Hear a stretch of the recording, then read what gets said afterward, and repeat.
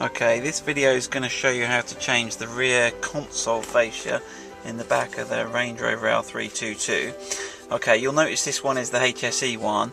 The Vogue models had two switches, so we do these refaced in rear burr walnut, so you can see there. So this is the original foundry finish, and then these are the ones we do in walnut. Okay, so we'll take you through. It's a bit of a fiddly job. Okay, but basically you've got a spindle that runs all the way through here, so you've got to put a Torx key on one end and then wind the other end out. Okay, now it's actually got two screws, one in each end, but as you unwind it, only one of the screws will come out, and then the other end will effectively be a long bolt. So there we go, we've removed the screw there from the one end. Okay, and then what you've got to do is just push. Matt's just trying to push that through there, which gives you enough there to just get a grip on that. Okay, you can just pull that out once you've got it so far. Okay, so let me just show you there. So you've got a long bolt that goes all the way through there with these Torx heads. Okay, now the next bit's a little bit tricky. So what you've got, actually, this lid still will stay closed, okay? Now there is a gas strut in here. Now when we take out the two bushes, there's two plastic bushes, okay? I'll show you what they look like. Okay, these are the bushes that we're about to take out here, okay? And they actually pass through here like so, and they form the bushing for the pivots. Okay, now they're actually a real pig to get out, because what you've got to do, if I just show you here, is you've got these two little square, I'll show you against the background here, you've got these two little square bits that actually push in, like, I don't know if you can see that, my fingers are, but yeah, they push in. So what you've got to try and do is push them in.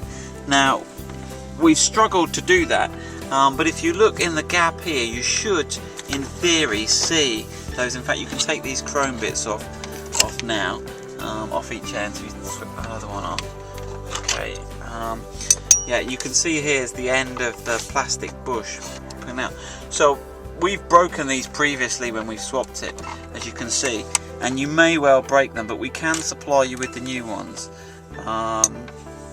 Okay, we'll put those on the website so you can buy those at the same time. But basically, if you pull those two bushes out, then the gas strut pushes up the top lid there, and then you can just flip that fascia down. So obviously if you've got the extra switches, you'll have to remove the connectors from the back. We've just got the cigarette lighter on our HSE model here, so if you give those a pull, those spade connectors come off. Okay, and then you can swap the cigarette lighter over.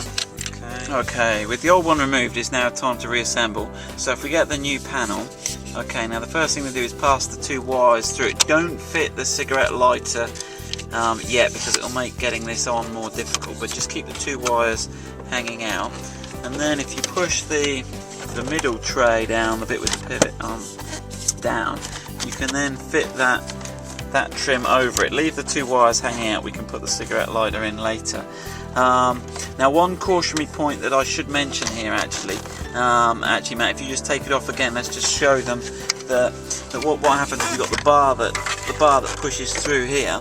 One thing you've got to watch is these wires in the centre.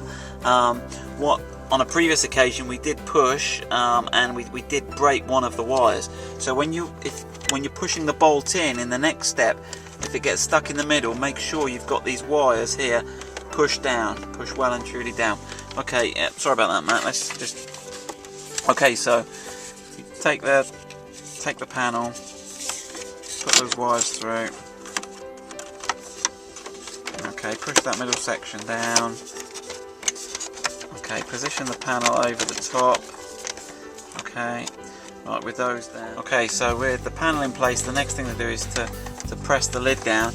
And then obviously when you look from the side here, it's going to be hard to see on the video, but everything should be lining up. And this is the time where you need to take your clips, and your two ears should be to the left and the right, so they should be horizontal. And then if you look from the top here, you'll see I'll squeeze them in, and that'll push those there, and then we can get that lined up with the position. You've got to get it all lined up, and they should push in. Okay, again, it takes a bit of working to get them. There you go, you can see those steps, and you see that clicks in, okay? So that's the one side. Right, that's how we're going to do on the other side. Yeah. Okay, so they're pushed in. Now once those pins are in, you can actually let go of the gas struts are now being held by those pivots. So with these in, what you need to do is just get a smaller implement and just check that it's clear, just the passageway is clear for and that those tabs have gone in. Okay, so we're just using the socket driver there, so check both sides are fine. Okay, and then when you've got that, get the bolt. Now some of these bolts do show signs of wear, so make sure you clean the grooves, because this bar can be a pain to fit. And also we've just put a little smear of oil on here as well, just to help this go through. Okay, so right then, before you put the bolt through, you've got to put the little chrome cover tabs over. Okay, so just clip those on. They lie there loosely until you put the bolt, and then obviously line up the bolt. Okay, now you obviously got to press on the lid against the gas strut. Okay, with that all lined up, then this bolt pushes in. Okay, so push that through until it reaches the other side. Obviously, as it gets to the other side, go slowly, and then you should see it just come out the other side. Okay, and then if you get your screw, your bolt, okay, put your bolt in there. Okay, and then tighten it up from this end. Okay. And then put your Torx, hold that there. Obviously, hold one still and drive one.